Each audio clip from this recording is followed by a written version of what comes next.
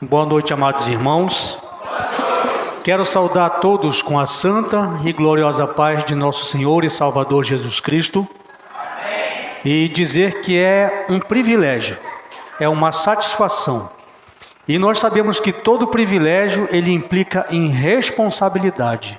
Quando nós somos chamados por Deus, através dos seus servos, para ministrar a sua palavra, nós nos conscientizamos da importância e da responsabilidade que é conduzir a palavra até o rebanho do Senhor, que certamente está aguardando de Deus a sua orientação, está aguardando de Deus a sua instrução, a sua palavra, para que nós possamos continuar servindo a Deus, seguindo a sua palavra, a Bíblia, as Escrituras Sagradas, como foi colocado aí na prova surpresa. E foi Jesus quem nos disse, em João capítulo 5, versículo 39, ele disse assim: examinai as Escrituras, porque julgais ter nelas a vida eterna, e são elas mesmas que testificam de mim.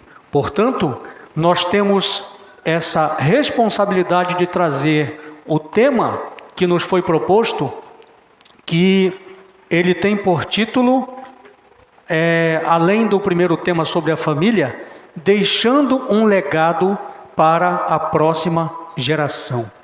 Que responsabilidade, irmãos! O que dizer? Só Deus mesmo para nos ajudar a desenvolver esse tema.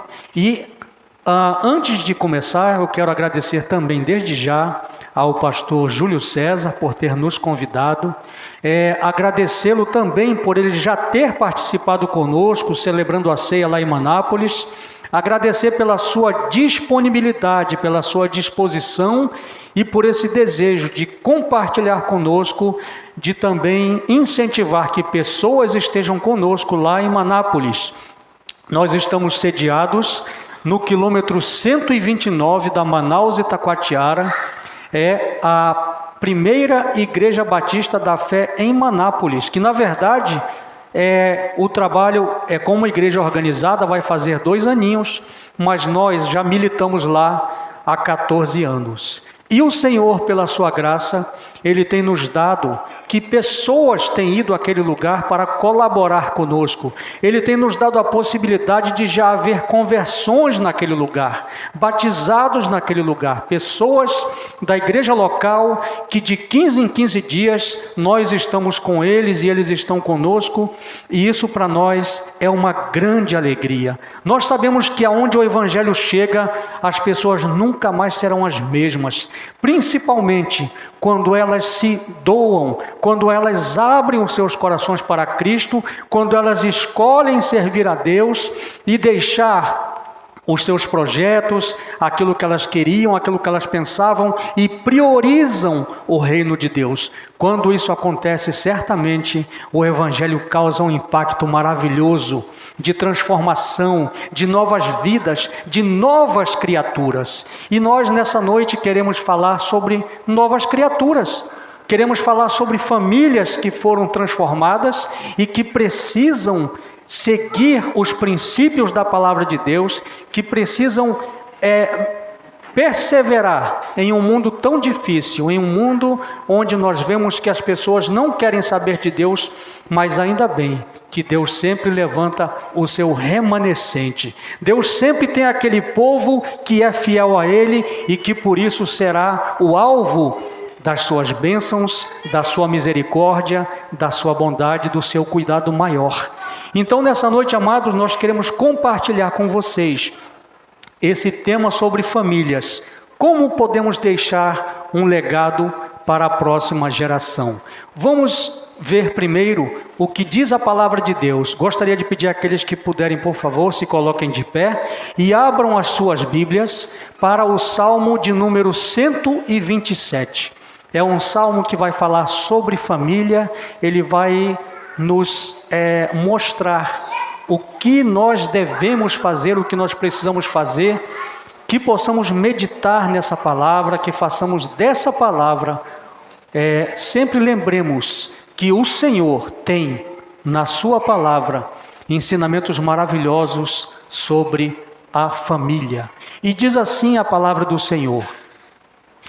Eu vou ler na nova versão internacional, que diz assim: se não for o Senhor, o construtor da casa, será inútil trabalhar na construção. Se não é o Senhor que vigia a cidade, será inútil a sentinela montar guarda. Será inútil levantar cedo e dormir tarde, trabalhando arduamente por alimento. O Senhor concede o sono aos que Ele ama. Os filhos são a herança do Senhor, uma recompensa que Ele dá. Como flecha nas mãos do guerreiro, são os filhos nascidos na mocidade. Como é feliz o homem que tem a sua aljava cheia delas. Não será humilhado quando enfrentar os seus inimigos no tribunal. Oremos. Soberano eterno Deus e Pai Criador dos céus e da terra, nós queremos te agradecer, ó Pai, por essas conferências sobre famílias, ó Deus, nas nossas igrejas, que nós temos alertado, Pai, sobre os perigos que as famílias correm quando estão longe de Ti, quando estão distantes dos Teus ensinamentos, ó Deus, quando se deixam ser influenciadas por aquilo que não é a Tua palavra, por aquilo que não edifica.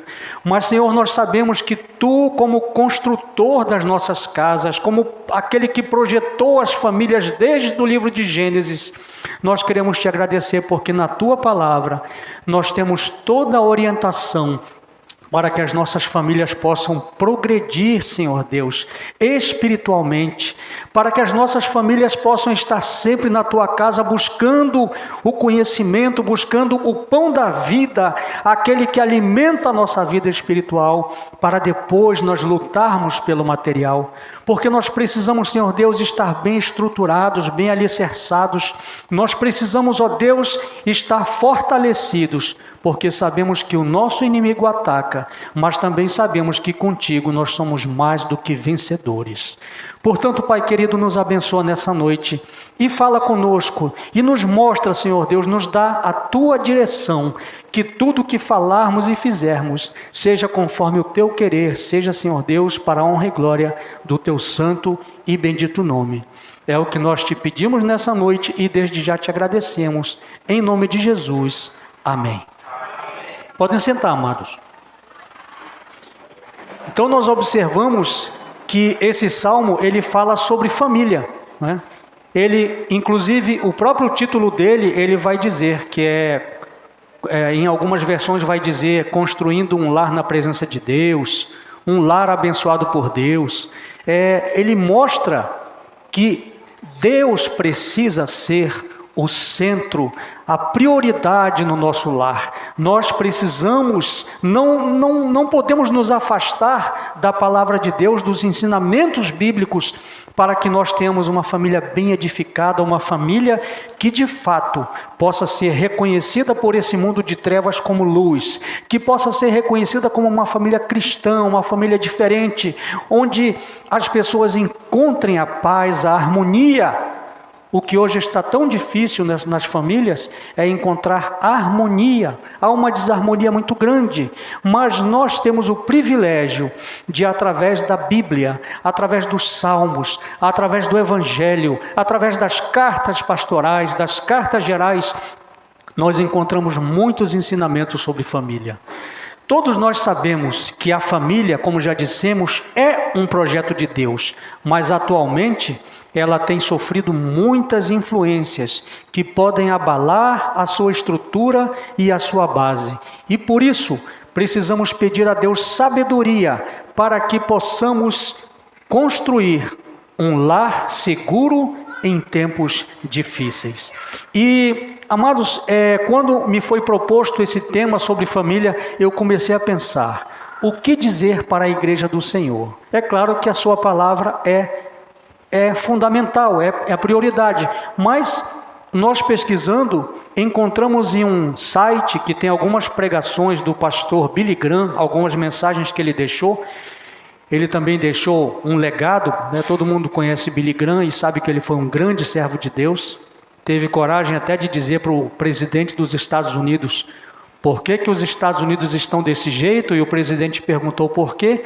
É porque vocês se esqueceram de Deus. Ele teve essa coragem de dizer isso. E aí, esse presidente certamente ficou abalado. Então nós temos aqui, extraído deste site, eu gostaria de compartilhar com vocês esse artigo, que vai nos mostrar como essa geração em que nós vivemos, em que estamos inseridos, ela está longe de Deus. Apesar de parecer tão religiosos, tão presentes nas igrejas, mas há uma necessidade maior de nós estarmos junto a Deus. Olha o que diz esse artigo que nós encontramos. Nunca tivemos tantas Bíblias, mas elas são lidas tão poucos. Tantas igrejas, mas pouca transformação. Somos a geração que fala muito em Deus, mas vivemos como se Ele não existisse. Uma geração que muitas vezes canta louvores sobre a cruz, mas que não renuncia a nada. Somos a geração que quer ir para o céu, deseja muito ir para o céu, mas falta santidade.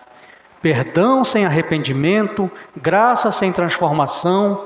As igrejas vivem lotadas de pessoas, mas os corações permanecem vazios. Muitos cultos, mas pouca intimidade com o Senhor. O pecado passou a ser normal e a rebeldia passou a ser comum. Mas podemos ser a geração do despertamento. Deus sempre levanta um remanescente, sempre chama aqueles que se colocam à disposição.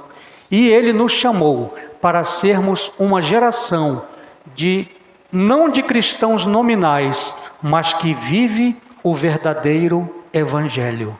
Então, amados, nós percebemos aqui uma série de problemas, e aí tanto você como eu podemos dizer assim: e agora? São tantos os problemas, como é que nós vamos resolvê-los?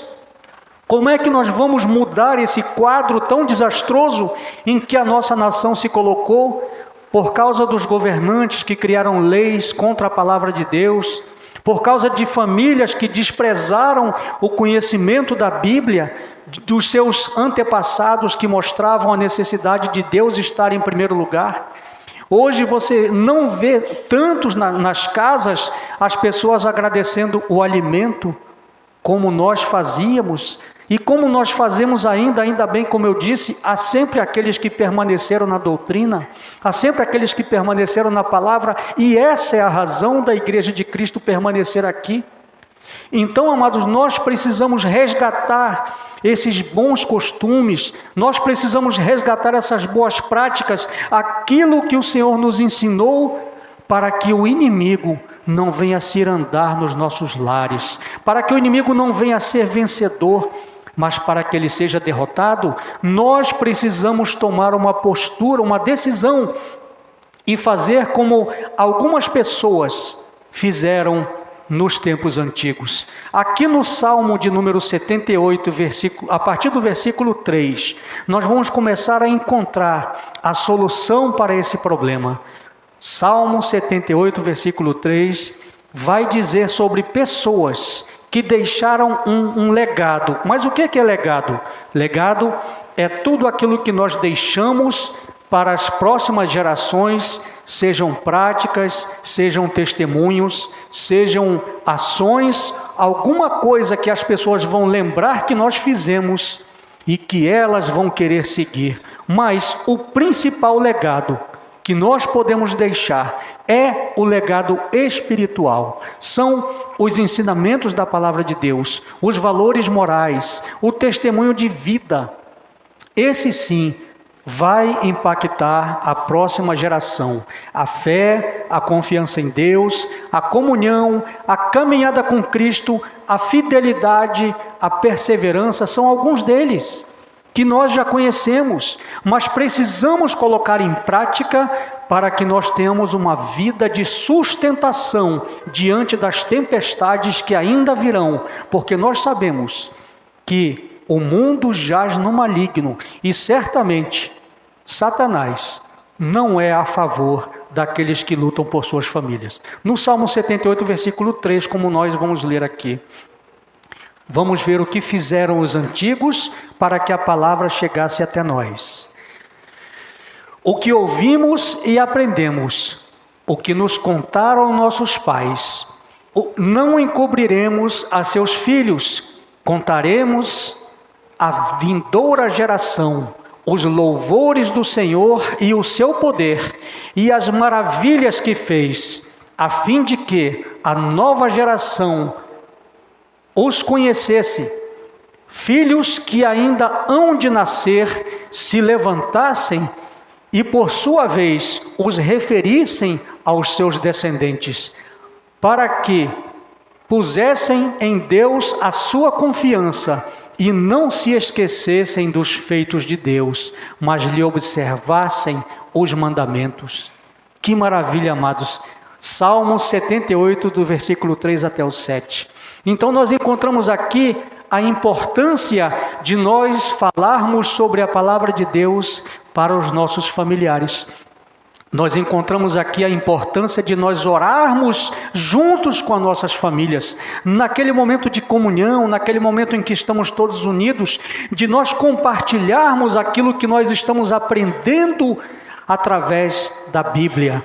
Nós precisamos tomar essa postura, tomar essa decisão de sermos em nossa casa os sacerdotes no nosso lar, mostrando que o que está aí, o que o mundo tem ensinado, não é para nós. Nós precisamos seguir os princípios da palavra de Deus e assim poderemos impactar essa geração, mostrando que nós somos sal da terra e luz do mundo, como Jesus nos ordenou que fôssemos.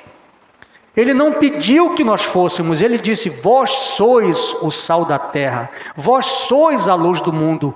O sal e a luz, eles causam um verdadeiro impacto.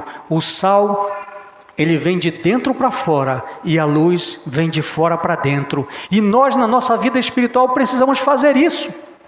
Nós precisamos estar edificados para que aqueles que vierem pedir nosso conselho, pedir a nossa opinião sobre algum problema, nós possamos dizer assim: olha, a Bíblia diz em tal texto, em tal lugar, assim. E assim nós faremos. O apóstolo Paulo, com muita sabedoria, ele fez isso em seu tempo.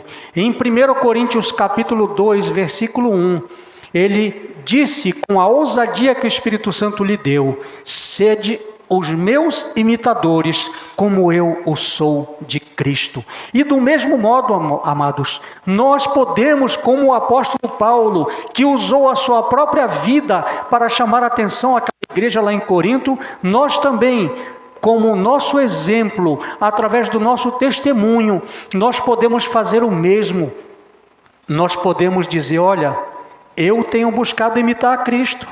Eu quero ser igual ao Filho de Deus. Eu quero ser aquele irmão de Cristo, fazer parte da sua família, como assim ele estabeleceu, quando ele disse: quem é meu irmão e quem é minha mãe, quem são meus irmãos? E olhando para os discípulos, Mateus capítulo 12, de 46 a 50, e ele diz: todo aquele que faz a vontade de meu Pai Celestial, este é meu irmão, irmã e mãe.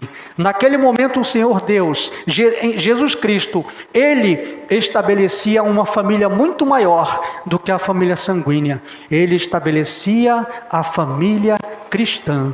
E é essa que vai estar na eternidade com Deus. É essa que vai estar no céu. É essa que vai reinar com Ele quando Ele vier reinar neste lugar. É essa família que Ele quer unida, que Ele quer que permaneça. E foi por isso que Ele disse essas coisas. Somente desse modo o nosso legado cristão permanecerá. E os legados, eles são exemplos poderosos que nos ensinam a viver de acordo com a vontade de Deus. Nós temos alguns exemplos bíblicos de pessoas que deixaram um legado para nós. Nós podemos ler, de acordo com a Bíblia, o legado, por exemplo, de Abraão.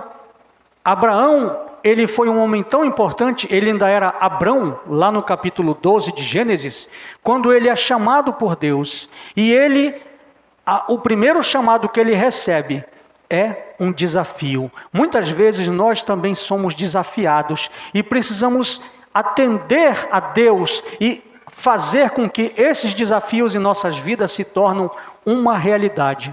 Mateus capítulo 12, dos versículos 1 a 3, ele vai dizer, Deus diz para Abrão ainda, sai da tua terra e da tua parentela e da casa de teu pai e vai para a terra que eu te mostrarei. Só que Deus, ele não faz isso de maneira obscura, de maneira duvidosa. Ele sempre te dá uma garantia e me dá uma garantia quando ele nos desafia a sairmos do nosso lugar para fazermos algo que é a sua vontade e que vai edificar vidas.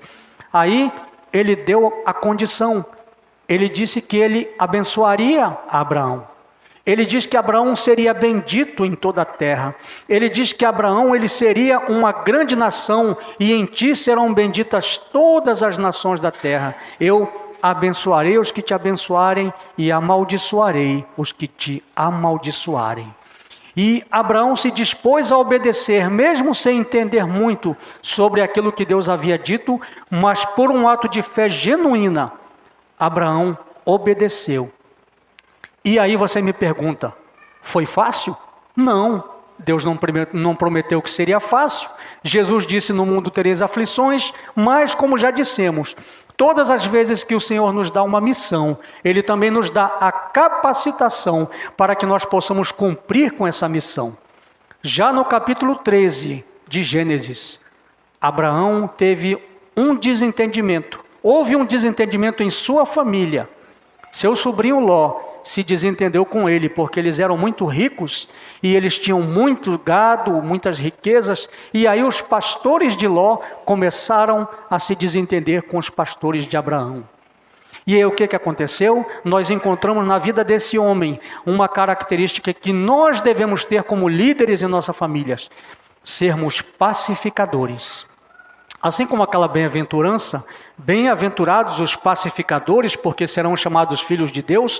Quando nós conseguimos conciliar em nossas famílias os conflitos, nós nos tornamos promotores da paz. E aí, Abraão, ele disse, olha, não deve haver contenda entre nós. Nós somos irmãos, nós somos da mesma família, somos o mesmo sangue.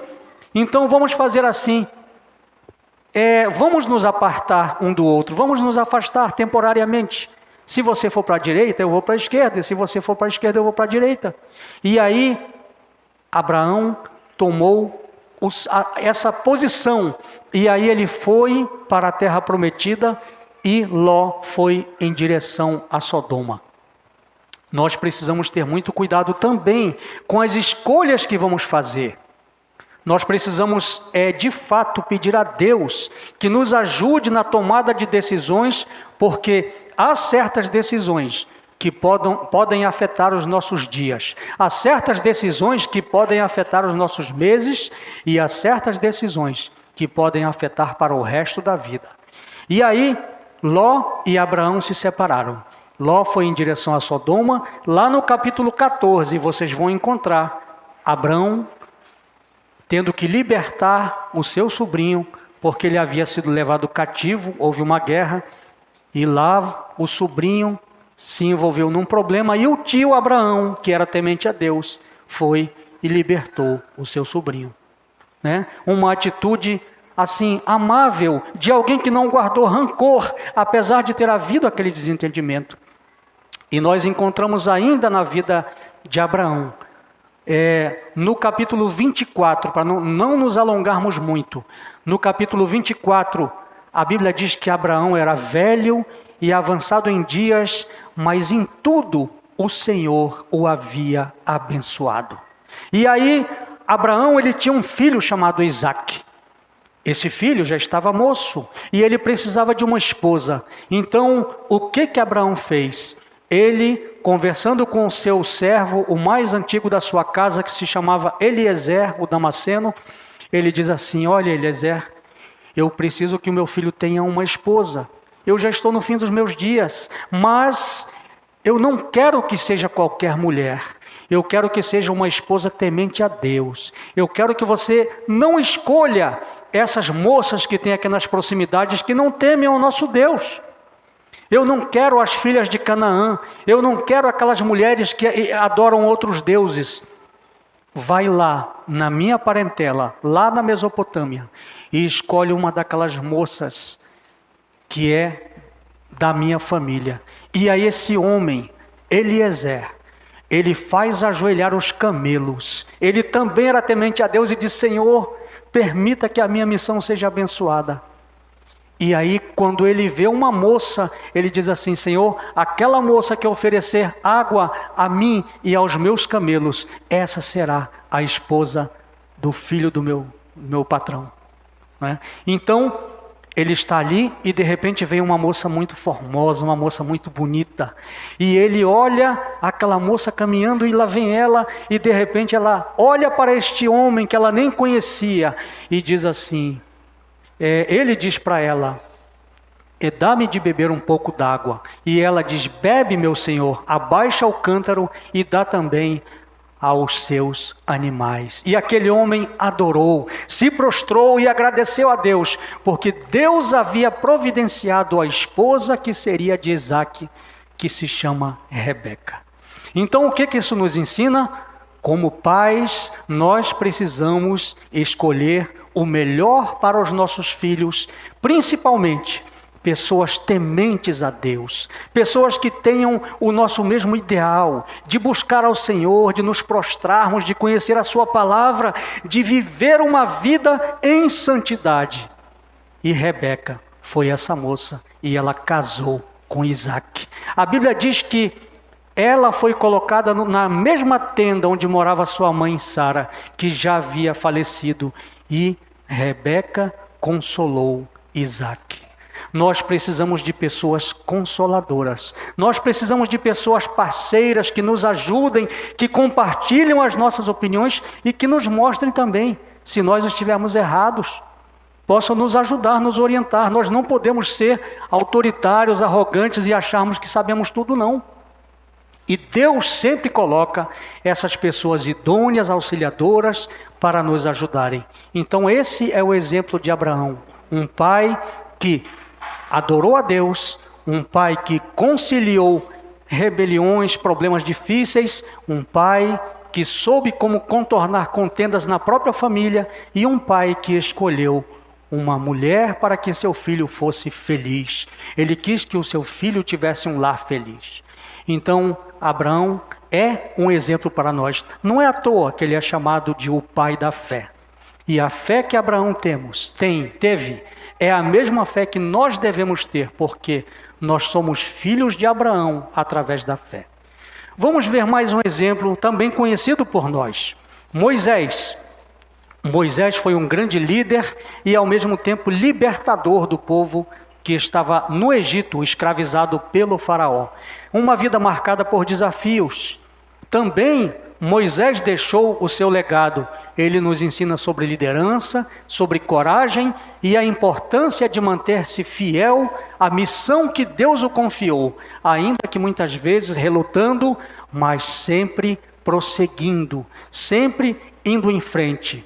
Moisés, ele foi aquele homem que enfrentou o faraó do Egito e ele dizia: assim diz o Senhor. Não é? A palavra do Senhor na boca de Moisés era tão importante que a Bíblia diz que os servos do faraó temiam a Moisés. Ele era um homem que de fato é admirável. Lá em Hebreus, no capítulo 11, e dos versículos 23 ao 29, vai dar um resumo. O autor de Hebreus, ele vai falar sobre a vida de Moisés, desde pequenininho, quando ele foi entregue à filha de Faraó, quando num ato também de fé, a sua mãe, Joquebede, colocou aquele cestinho na beira do rio, porque ela não poderia ficar com aquele filho. Os soldados de Faraó estavam matando as crianças hebreias, e aí ele não poderia ficar escondido, mas aquela mulher, não como um salto no escuro, mas como num ato de fé, ela mandou que Miriam colocasse aquele cestinho na beira do rio, e sabe o que aconteceu? Moisés estava ali naquele cestinho e a filha de Faraó, a filha do homem que estava matando as crianças hebreias, mandou buscar aquele cestinho e quando abriu, uma criança estava chorando. E ela ela disse: este é um dos filhos dos hebreus. E aí Miriam de prontidão. Mais uma vez a preservação da família. Deus preservando as famílias. Miriam vai e diz assim: tu queres que eu chame uma ama para cuidar desse menino para ti? E ela disse: vai. E a Bíblia diz que Miriam foi e chamou a mãe do menino. E aí a mãe do menino, mãe desse Moisés, ela mesma foi paga pelo governo do Egito para cuidar do seu filho. E depois ela o devolveu. Mas Moisés, ele não quis se misturar com as práticas do Egito. Ele voltou para o seu povo e Deus o levantou como libertador. E foi para Moisés que Deus disse o seu nome, que até hoje é o grande nome de Deus, que é Jeová. Eu sou o que sou, que significa eu sou aquele que é. E ele se revelou a Moisés, e até no fim da sua vida, a Bíblia nos diz que Moisés, ele não perdeu a visão, ele não perdeu o vigor, ele foi um daqueles que recebeu a grande bênção de Deus dos 10 mandamentos, e também na sua família, ele cuidou da sua esposa, cuidou dos seus filhos, ele ouviu o seu sogro na hora da liderança, quando precisava de líderes, o seu sogro o aconselhou e ele atendeu, porque era a voz de Deus. E assim Moisés, demonstrando humildade, ele cuidou tanto da sua família como do seu povo de Israel. Então, já vimos sobre Abraão e Moisés. Podemos ver que essas pessoas, elas se dedicaram a Deus, elas obedeceram ao Senhor, e elas eram conhecedores da palavra, eram pessoas que realmente exerciam uma influência poderosa. Nós podemos tirar esse exemplo de Moisés, de sempre nos colocarmos diante de Deus, nas nossas decisões, naquilo que formos fazer, ouvir as pessoas, aquilo que elas têm a dizer. Nós vamos aprender muito com isso. O terceiro exemplo que temos nessa noite, Ruth, uma mulher também que foi muito importante, porque ela tomou uma decisão. A Bíblia nos conta lá depois do livro de Juízes, o livro de Ruth, são apenas 4 capítulos, mas nos mostra que havia uma mulher chamada Noemi. Ela tinha um esposo chamado Elimeleque e 2 filhos. E houve um tempo de fome na terra de Israel, e eles foram para Moabe. E ali, aqueles 2 filhos, Malom e Quilion, eles conheceram mulheres moabitas. Só que morreu Elimeleque, e morreu também Malom e Quilion. E aí ficaram viúvas, tanto Noemi quanto Ruth. E agora, o que fazer? E aí, Orfa, uma das suas noras, das noras de Noemi, ela chorou, ficou triste, mas ela não decidiu ficar com a sua sogra. E Ruth tomou uma decisão no seu legado que nos ensina a importância das escolhas que fazemos.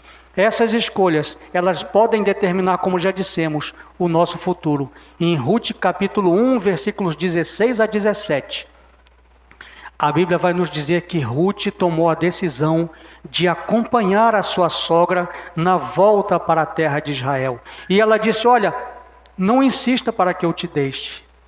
Onde quer que você for, eu irei. Só a morte vai nos separar. O teu povo será o meu povo e o teu Deus será o meu Deus. Naquele momento que Ruth toma essa decisão, ela vai para a terra de Israel sem muita certeza do que vai acontecer, mas num ato de fidelidade, num ato de obediência a Deus, porque certamente Noemi já devia ter pregado para ela sobre o Deus de Israel. Ela vai para lá, e a Bíblia nos diz que ela encontra um homem chamado Boaz. Esse Boaz, ele se torna o patrão de Ruth, e ele é também um dos parentes de Noemi, um dos resgatadores, daqueles que poderiam tirar Noemi da pobreza. E aí, essa mulher fica fiel como serva de Boaz. E aí Deus faz assim algo surpreendente. Aquilo que era uma tragédia se torna uma bênção. Naquele momento, Boaz começa a olhar para Ruth de modo diferente.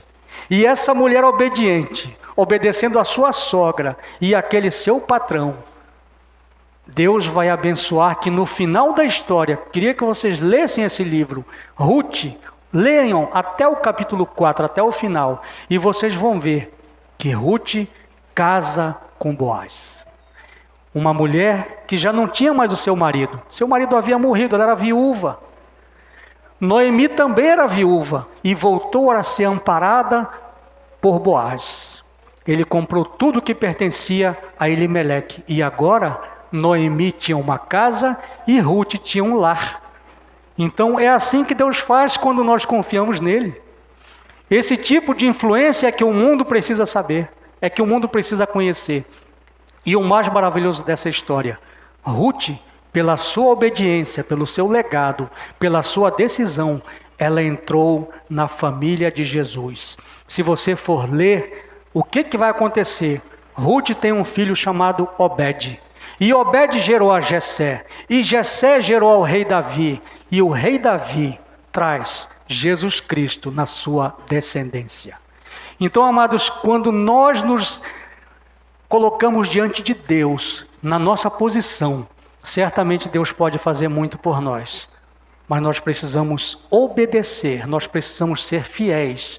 Nós não devemos negociar com Deus, apenas obedecê-lo. E assim nós seremos abençoados por Ele nas nossas próximas gerações. Seremos verdadeiros influenciadores. Não esses que estão por aí que ensinam coisas que nós não devemos aprender, mas influenciadores do Evangelho que salva, que liberta e que traz a pessoa que está nas trevas para a luz e que traz a pessoa que está no império das trevas para o reino do amor do nosso Senhor.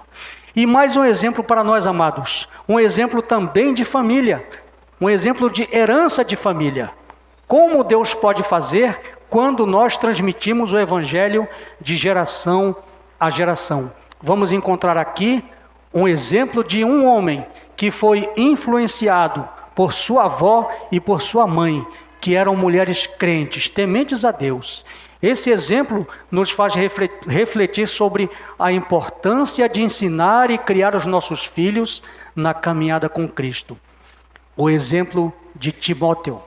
Timóteo, ele era filho de uma mulher chamada Eunice e ele era neto de uma mulher chamada Lóide. Você encontra essa passagem, lá em 2 Timóteo, capítulo 1 e o versículo de número 5. O apóstolo Paulo admirou tanto esse homem, que ele convidou para fazer parte do seu ministério. E ele diz que esse homem, Timóteo, tinha uma fé que não era fingida, como ele herdou da sua avó Lóide e da sua mãe Eunice. Esse homem se tornou um missionário junto com o apóstolo Paulo. E aí, essa influência, ela se tornou uma influência duradoura. Timóteo foi um pastor. Para ele foram escritas 2 cartas pastorais, 1ª e 2 Timóteo. Com o melhor que o apóstolo Paulo tinha, ele entregou a Timóteo para que ele ensinasse, para que ele testemunhasse. E ele disse: olha, não te envergonha das minhas prisões, não te envergonha do que eu estou sofrendo, mas segue, faz a tua parte como obreiro valoroso, que não tem do que se envergonhar e que maneja bem a palavra da verdade. E o apóstolo Paulo disse para ele: olha, eu sei em quem eu tenho crido e que ele é poderoso para guardar o meu depósito até aquele dia. E Timóteo ouviu todas essas palavras e muito mais. Abandona as paixões da mocidade, deixa essas coisas do mundo para lá, porque isso tudo é passageiro. E Timóteo se tornou um grande homem. Por quê? Porque ele foi orientado por uma mãe e por uma avó que conheciam a Deus, que eram tementes ao Senhor, e o apóstolo Paulo apresentou a Cristo para ele. O Cristo crucificado, mas que foi ressurreto e que hoje é Rei dos Reis e Senhor dos Senhores. Então, quando nós passamos para a nossa geração esses ensinamentos, certamente, amados, nós temos toda a possibilidade de sermos felizes e tornar as pessoas que estão ao nosso lado também felizes. E eu vou te dizer mais: você não vai alcançar apenas a tua família, você vai alcançar quem estiver à tua volta. Essas pessoas também serão impactadas pelo Evangelho e nós teremos uma geração de adoradores. Nós teremos uma geração de pessoas tementes a Deus, de pessoas que não vão se curvar diante daquilo que o mundo vai dizer que é certo, mas através da nossa convicção, nós vamos ter certeza de que o certo é aquilo que Deus determinou. E para isso, nós precisamos ser essa geração de pessoas obedientes. Eu quero ler com vocês esse último texto aqui que eu acho muito interessante para todos nós. Salmo de número 128. Aqui tem uma promessa para todos nós. Abra a tua Bíblia, Salmo 128. Eu vou ler na versão, na linguagem de hoje. Salmo de número 128. Diz assim, canção de peregrinos, diz assim: feliz aquele que teme a Deus, o Senhor, e vive conforme a sua vontade. Se você for assim, receberá o suficiente para a tua vida, será feliz e tudo quanto fizer será bem-sucedido. Em casa, a tua mulher será como uma videira frutífera, e em volta da mesa os teus filhos serão como oliveiras novas. Quem teme ao Senhor, certamente será abençoado assim.